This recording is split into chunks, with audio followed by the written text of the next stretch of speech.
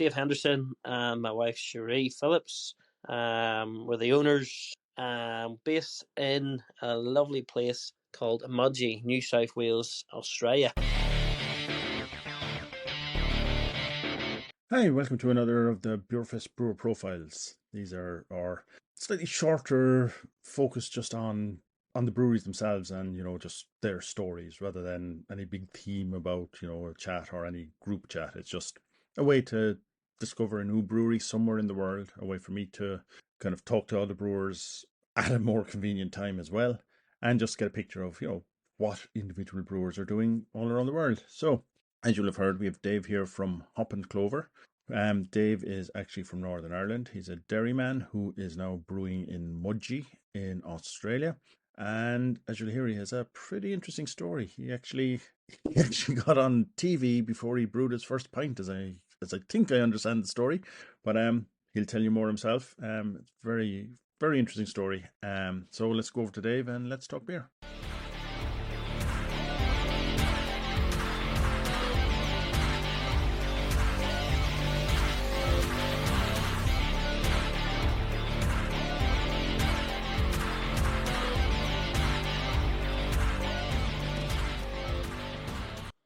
So, as you can tell, my Australian accent's getting thicker by the day. Currently, we're here in Ireland for Christmas 2022. Absolutely foundered, freezing cold. Looking forward to getting back to Australia next week. We're just seeing the end of this festive holiday. So Mudgee, New South Wales, Australia. It's actually one tourist destination, best tourist destination in Australia 2 years in a run. So a very good place to be set up. My wife's from there. I'm from Derry, so it's good that she's from there. She really does sort of have that background, and the familiarity with the people. What's our role in it? As I mentioned before, we're the owners, but we're also gypsy brewers. So the past 4 years, I've been gypsy brewing at different breweries. Now my role there would be to set that up, go in, engage with the head brewer, and discuss recipes, and turn up on the brew day and pick his brains. Look, I've been brewing for years, but more importantly, home brewing initially, and I moved into this. I'm new to the commercial side of it, so I would pick his brain and try and get familiar with all the plant, etc. Now, I turn up for Canada. The wife, she's very much involved with the sort of branding, setting up the logo, the marketing side. She does a lot of can designs too, so we do custom cans, so football clubs, rugby clubs. We're doing pretty well in that over in Australia. And then, look, I'll do all the sales and distribution too, so I don't have any reps really, apart from a couple of mates looking out for me. But we're hopefully we'll get underway very soon in production within our own premises.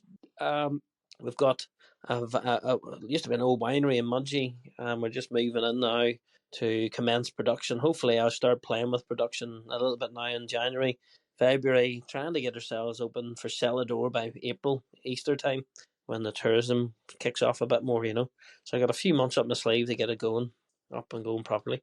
So how did you get started? How did Hop and Clover come about? Yes, Brian. So look, we come about in 2017. We were pinged through Gumtree and Facebook, funny enough, when I purchased a second-hand sort of microbrewery setup. It was Blickman's stainless setup. I had a brew kettle and everything. It was pretty much a full setup. And Gumtree and Facebook got wind of it, and all of a sudden I was on a Channel 7 Sunrise breakfast show, and the headlines were Northern Ireland man cheats wife in the brewery. And I was like, righto. My wife's straight away going, why am I involved in this too, Anyway, we done a whole day filming, and we sort of stepped back from that because I was only home brewing at that stage, but we stepped back and went, actually, instead of laughing about it, because we just reached out to the whole of Australia, let's have a crack and try and make something of it. So that was pretty much, we sat down coming up with the names, and Hop and Clover, Hop being the hop for beer and Clover being Irish. I thought I would blend them in and sort of come up with a motto of Aussie beers with Irish charm. So that was our logo, motto, etc. And then we done the branding, and the wife Shiree got involved in that very much so, and we come up with a cracking little logo of a hop and clover, Aussie beers, Irish charm written around the logo. So yeah, we started Gypsy Brewing then, got the license for just as a wholesale production. So we could only sell wholesale at the time. So the rules were we could only sell to a pub or bottle shop. We couldn't sell direct. At that stage, I was in Australia, and I found a couple of. One guy was really small, so he allowed us to essentially do a small batch kick off, so we done a pale ale, an Irish red, and a choc cherry stout and a ginger beer. So we put them 50 litres each and 150 litres each. We done a big party kick off of Hop and Clover. All our friends, family in Australia all turned up at this. Yeah, it was a big turnout. It was a great kick off, to be honest, and we got a lot of interest from there. Initial size was just myself and Shiree again. I had a couple of friends like sort of delving in. I had a lot of other guys that I met in the industry or similar gypsy brewers. So we always sort of worked together in a united front type setup, so that when we wanted to have a beer festival, we'd all turn up and make it exclusive and make it, more valuable for people to come. And same when we went to pubs, so we'd do tap takeovers, and we'd make sure we all turn up together and work it. So we'd done a whole weekend at a pub, and we'd do a day or an evening each where people could meet the brewer. Even though it was essentially we were brewing at different breweries, we still were really hands on in the process of the production. Did we start with our own facility? Look, probably, like I said, I got that stuff in Gumtree. It was 200 litre kettle, 150 litre fermenter, Blickman's, and I had the heat exchanger and all come with it, and a few kegs. So the guy that sold it looked like he had the intentions to build a brewery and was distracted by something else that made more money. Now, 5 years into this, I can see why he made that decision. However, we continue. I take it the beer scene is in Australia. It's not basically all Fosters, is it? I get the impression there's a bit more variety than that these days. So in Australia, the beer scene is very well established. Has been probably since sort of late 2000 and by 2007, 2008. You had your little creatures and the likes, but it's sort of exploded now. Probably in the last 3 to 4 years, we've gone from like 100 breweries to 400, 500, 600 breweries. Not every one of them being a physical brewery, including ourselves. For the past 4 years, we've been a gypsy brewery, so we haven't had our own venue or outlet. However, that's changing for us. We've got a venue. We've just moved into a a winery in New South Wales, Mudgee. So yeah, we're just trying to set up there now and move into production, as we mentioned before. So the beer scene in Australia, is it changing? I think it is. I think we've gone from that big big production, big manufacturers, mass production beers into small, and almost we're starting to get localized now. So we're starting to see pockets of just inner west and Sydney there. People that just go, like, obviously if you're there visiting, you'll go and visit too, but you tend to find it very local. All the people with the dog, they bring their dogs there and they have a chat and a beer and see what's new in the menu, and they always go there every Christmas now and every Easter and every festival. So it's starting to become a bit more um, localized for sure. Now, at the same time, we do have these big, the best of the small breweries, independent breweries. They're all being bought out, and as they're getting bought out, they're making that beer at half the price. So it's become in the cost of a keg. So cost of a keg, for example, I would be selling $290 ex GST. So you're probably looking about €180, or I'm not sure what the exchange rate is actually, but the breweries there now are like that have been bought out. The Lion Nathans and the Asahis and stuff have undercut it. They're going in $150, and even some of the smaller breweries that are doing well. But I get excise waivers from the tax, the ATO, Australian Tax Office, they're also undercutting too. So it's becoming a bit of definitely a challenge there, What we're doing from Hop and Clover point of view is we're just pulling in to direct sales. Before I used to sell to lots of different bottle shops and wee pubs around the place, and I found I was chasing money quite a bit. So no fault to anyone's really, but look, by the time I spend X amount of months chasing money, that it's already outweighed the margin, So we've pulled in direct and we'll go to the bottle shops and the pubs that look after us and pay us well. So establish good relationships and establish our own direct sales, which, to be honest, with the gypsy brewing side of things, the initial license we had restricted us to wholesale during COVID. That wholesale changed into direct sales. So all of a sudden we're allowed to sell direct to public. It was great. Obviously I couldn't sell from my house, but I could sell online bottle shop. I could do deliveries as well. So that changed the dynamics of our small and restricted distribution to being really, really sort of up and competing with the rest of the guys, that have their own breweries. So we started doing the markets at Mudgee and locally, and the markets has been fantastic. What I do find with the beer trends over here, the beer styles, the big American IPAs, West Coast IPAs, New England IPAs, your double dry hopped, triple hopped. They're really getting into that space at the minute. But I think underneath it all, I feel we're about to head into lagers and a good pilsner and a good pale again. Pale's been pretty consistent, to be honest. It's always been there. It's always been a main part of the market. I just find, to be quite honest, from a Hop and Clover point of view, that we never made a IPA based on, it was a saturated market too, so it's hard to push through as a point of difference. So anyway, so that's the beer styles, and that's where they're heading.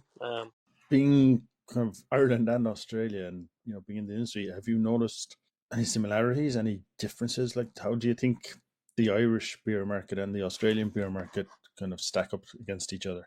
Look, I'd just like to say, during my visit here in Derry, and even my last time I was home pre-COVID, I have found the craft beer market excelling really well. Very impressed with some of the products, and the innovations and the barrel age side of stuff. Last time I was in Derry, there was about 4 or 5 breweries. Now I think there's about, no, it might have been 3 then. I think there's now about 6 or 7 that I'm aware of. And then obviously there's quite a few more across the border there. But yeah, look, exciting times for Ireland and even up the north there. So yeah, just keep it up, and looking forward to my next trip back. Yeah, look, I also forgot to mention there before about the trend in Australia too is hazies. Everyone's in the hazies. So look, they're the sort of styles that I don't focus on. Because it tends to be a saturated market. So when you're small, I feel you have to have a little point of difference. What styles we actually focus on are the Irish red ales. Irish red ale, sorry. I've got a pale ale, a ginger beer with honey and lemongrass. And then I've done a like a mid-strength XPA, and then we've done a bitter ale. So a couple of basic sort of core recipes there. We've derived over the past 4 years. I've kind of stuck to them and just tweaked them as we've evolved. I've found not enough head in that, and I tweaked it. Found it a little bit needed a bit more hops. Tweaked it again, and I'm actually sitting right now with an Irish red ale, a pale ale, and an XPA mid strength called the Wee One, which is part of our Irish charm, as you can see. I've sort of nailed these 3 recipes. I feel they're in the zone.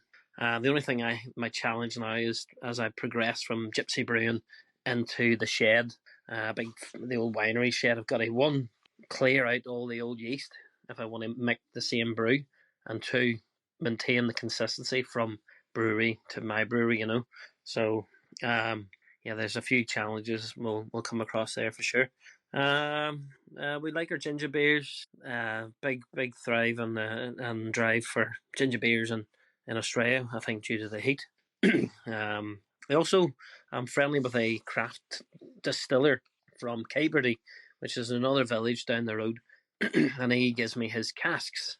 The distiller's called Craftworks Distillery, Does really good whiskies, really good gins. He gives me his empty casks, not all of them, but some of them, and I would put in a chuck cherry stout. It was in one of them. My first one was a chuck cherry stout in a whiskey cask. I've done an Irish red in a bourbon cask, and then I've done an Irish porridge stout also in a whiskey cask. So all come out really well. I've just recently put a ginger beer into a what was it? A eau de vie cask, like a white spirit cask. So yeah, that was that'll be interesting when it comes out. So yeah, sort of find maybe our little point of difference there being a bit of the funky stuff with barrels. We definitely won't head into like milkshake IPAs and stuff. I don't really want to go too left or right wing with brewing beer. I want to keep it sort of. I want to keep it to the main market. Personal choice or market driven, like I said there, more market driven. Rather than trying to be the cool brewery. I just want to be, I'm brewing actually beers that I like to drink as well. Probably not sure if that's the right thing to do, but I'm a pretty much middle of the road drinker. I love a good couple of beers. I don't like one of them beers you have one and you can't do any more. And I don't like the big ABVs either. I prefer that sort of between 3 and 5% where you can knock a few and not have to worry too much, Any styles I want to brew would be, look, I'd love to get a serious lager going, which I think now with my production shed that I've got, and I've got my own glycol system and everything, I'm looking forward to doing my own lager. And probably an IPA. I haven't done an IPA yet. I haven't made one, so looking forward to producing an IPA where I'm probably not going to make it like everyone else. I'm going to try and pull it back to the roots of the traditional IPA and see how that. I have made one small scale and I really, really enjoyed it. It was very much floral and a bit more malt based than some of the American IPAs and the Australian IPAs that we're all seem to be chasing. Yeah, so back to your own stuff then, like where are your beers available? Are they available across Australia? Because you said you were now distributing yourself, but you also mentioned that it was a very local type market. So so are your beers just locally available, or can anyone get them? Yeah, look, so our beers are available online. It's probably the one you could reach from anywhere in Australia. We've got a really good deal with the Australian Post through our Mudgee Wine Association, which really drops the postage rates, And then look, we do the markets twice a month in Mudgee itself. Do really well through the tourism and the locals. The locals know where, because I don't have a shop front right now. They know, I can get them at the markets. And I tend to keep the price down at the markets as well, just to make sure. I don't know. Sometimes markets seem to be a bit of a rip off these days, but I like to see people get value for money because you're paying next to no cost for overheads, So it's I believe that you should give the people a bar. Everyone loves a bargain. Give them a bargain. Give them a good deal, So you can also get it at some bottle shops as well. That we've actually mentioned before. I've pulled back in a lot of my wholesale distribution, and I only now distribute and I do it all myself, to bottle shops and pubs that actually look after me from a payment point of view too. Because we can all talk about credit applications and agreements and stuff, but at the end of the day, when you're small setup, it's you're not going to take them to court for not paying you, if it's not worth it. So I just find it's just you learn through relationships. We're also on a couple of sales platforms. There's one called Caddy, and it's pretty handy actually for the guys that don't pay you well, for the bottle shops and the pubs, etc. You tell them to buy your beer through Caddy. Basically, Caddy pay them within 3 days, and then they chase the money, but they take a little cut of it too. But sometimes that, if you're going to keep in with the bad guys, as we as we could just get them to go through Caddy. And then down the line, like we mentioned, this domestically or exporting, we would like to export from Australia. I think there's definitely a market like these expat bars, especially Irish bars and Aussie bars, like Singapore and Vietnam and Thailand and the like. So I'd love to be able to get a couple of connections there and get our products into those sort of areas, and maybe one day I'd love to see the Hop and Clover Aussie beers with Irish charm go into reverse, and we could have beer being made in Ireland called Irish beers with Aussie charm. I don't know if the Aussies have charm, to be honest. All right. Well, you can deal with that one yourself. I'm not commenting on it.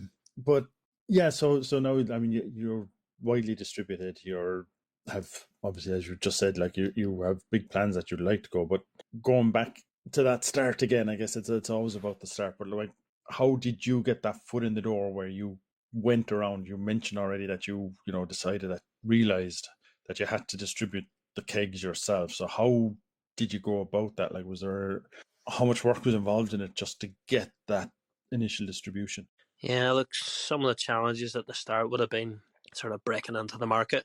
2018, when we sort of first kicked off, our tap takeover done really well. We started getting a little bit of business off that, you know. But I had to go and I had to get kegs into a place that would can it for me. So it was canning individually per keg, you know. So wasn't cost effective either, but it was just one way of getting your product out rather than just keg. Um, the other thing too I learned was the first big batch was 2,400 litres. It was like it was all kegs, and I just sat looking at the kegs for ages, you know, thinking who's going to do that, who's going to deliver those, and quickly realised within a day or two it was me, you know. So a lot of mistakes and lessons learned at the start, and luckily small enough business and set up to quickly move on. You know, agility. I think when you're small, your agility and your flexibility is a lot more prominent than it would be when you're a big brewery. You know, your big setup. So it's good now. I've learned all this malarkey at the start. Look, heading into a couple of years in, then was well at the start of the game was trying to get in the market. We had to use a pale ale, but it came out slightly bitter. So we everywhere had a pale ale. So we just renamed it the bitter ale. And to be quite honest, there was no bitter ales on tap. And I made sure I read through my style guides and stuff, and it matched the criteria. So I wasn't making it up, you know. And all of a sudden, the bitter ale was on tap at a few different pubs, and bitter ale was in cans, and it started to move. So yeah, we definitely pushed that point of difference. The Irish Red Ale, another cracking little beer, that was a point of difference too. Smoky, malty toffee number, nothing like it in Australia. A little bit different to what it is in Ireland. Like I think an Irish Red in Ireland is a lot plainer, less smokier, you know, and probably a little bit more heavier. But I think in Australia you got to lighten it. Anyway, other challenges would have been COVID. Like I sat with all these kegs during COVID, all the pubs was shut down. I'm like, how am I going to get rid of these? And luckily, I reached out to one of the couple of canning companies and breweries, and they were all doing a big run at one of the specific breweries in Sydney, a big canning run. So I gave them all my kegs there, and we pretty much got them in the cans, and I got a bit of subsidized payments from the government saying, look here, there's your COVID payments to cover your loss, you know, or your how the money you needed to save it. So yeah, luckily we saved the day, you know. So through that. Otherwise, I think if we hadn't got those subsidies from the government in Australia, we would have. Yeah, I reckon we would have shut down for sure, or went into a bit more of a dormant phase until we got out of COVID. But luckily, like I think COVID went really well. Once we started picking up on our sales, and then the licensing restrictions were lifted a bit, so we were able to sell direct to public.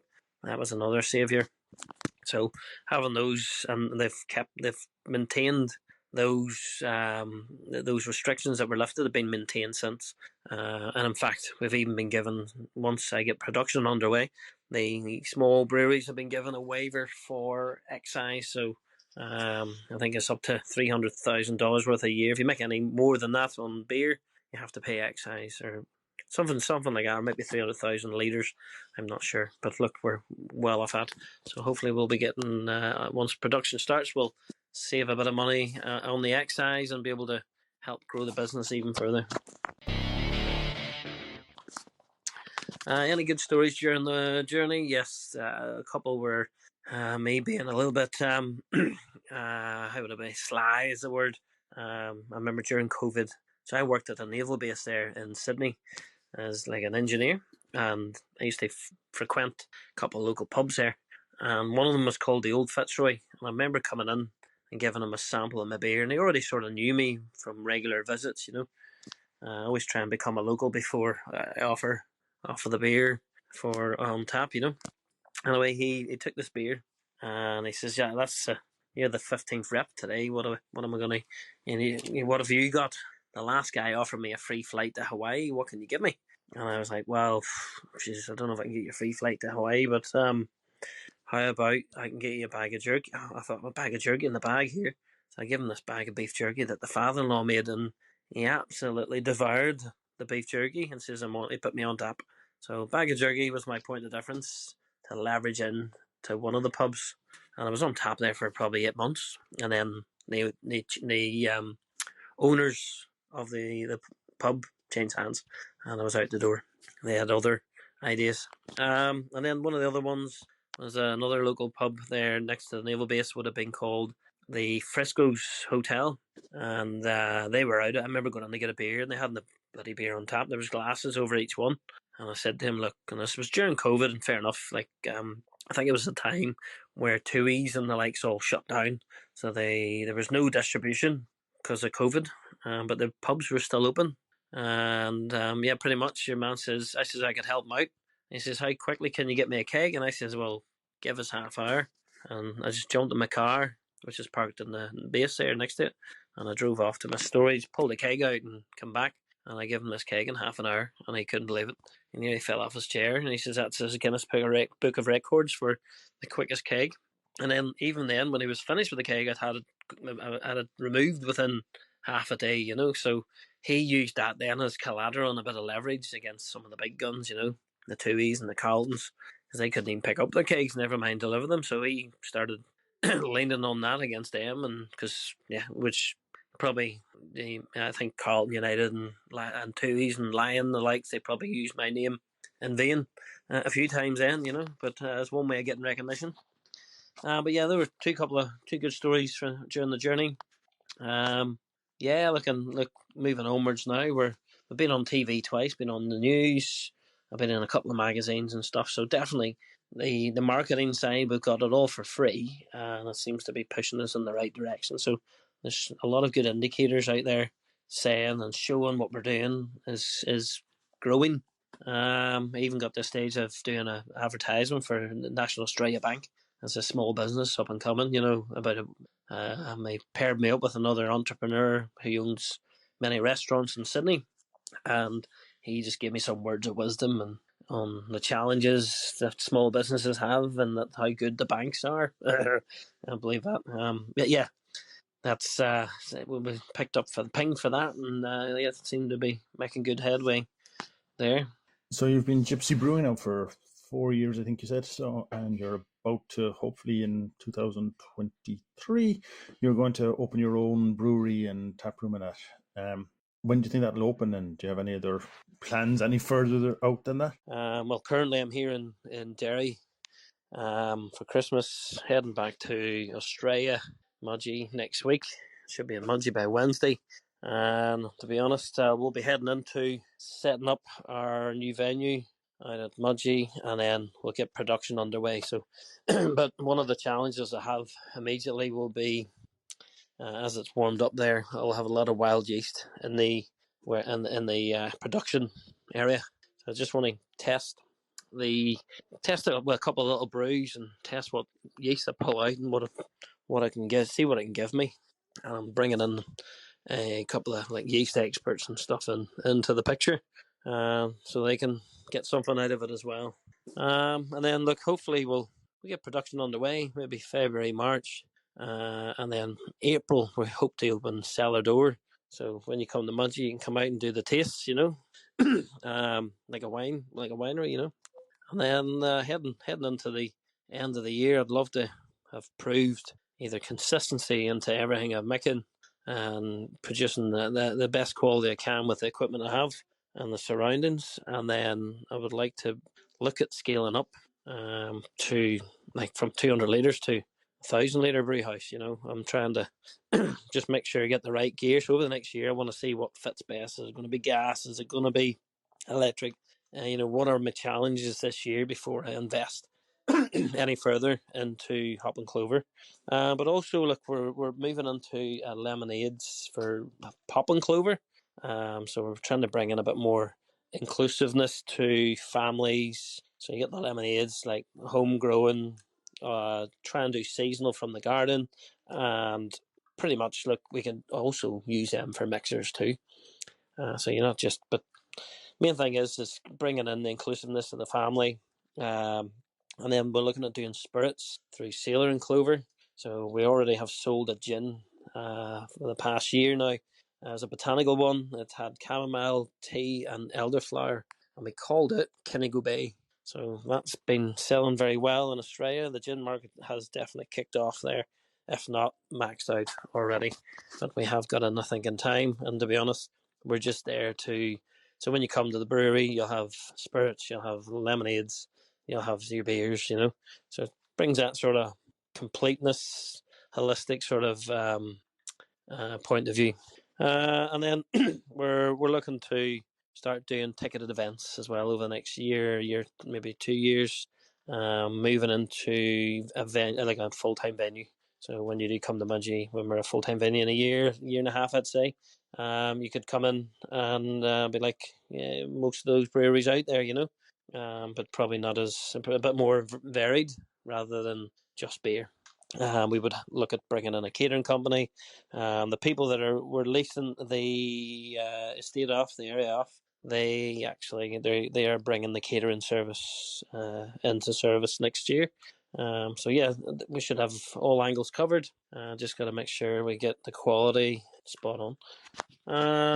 Further on again, we'd like to start exporting at some stage to, like, you got the likes of Singapore and Vietnam and Thailand and India starting to take off as well. But I'm feeling like expat bars, like your Aussie bars, your Irish bars, overseas would be a great target, for a great consumer of hop and clover. But yeah, we're just one step at a time. But it's always nice to have a plan and have a bit of a runway, really, so we can keep the passion and keep the drive. Yeah, that's it really. For now, we just this next year is going to be a big challenge, and we'll see where we're at next year. So, finally, how can people find you? Do you have a website, an email, social media? So people can find us on our website, which is www.hopandcloverbrewing.com.au, and we're on Facebook, we're on Instagram as well.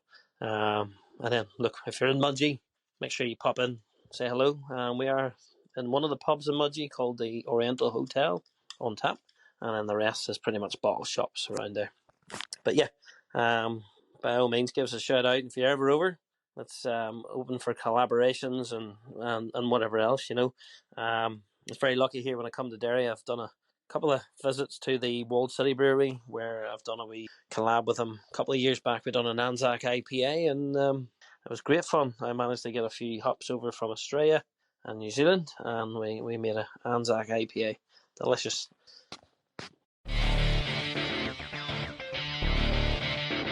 All those contact details are, of course, available in the show notes. If you're a brewery and you'd like to feature, then please just go to beerfest.com and follow the links there. We'd love to hear from you. Also, of course, this is on a podcast across your favorite podcast channel. We're also on YouTube. So I'd appreciate any kind of, basically any subscriptions, any likes, reviews, anything that would help just kind of get the word out. And hopefully we're going to bring you a lot more brewery profiles and a lot of brewer chats. Talk to you soon.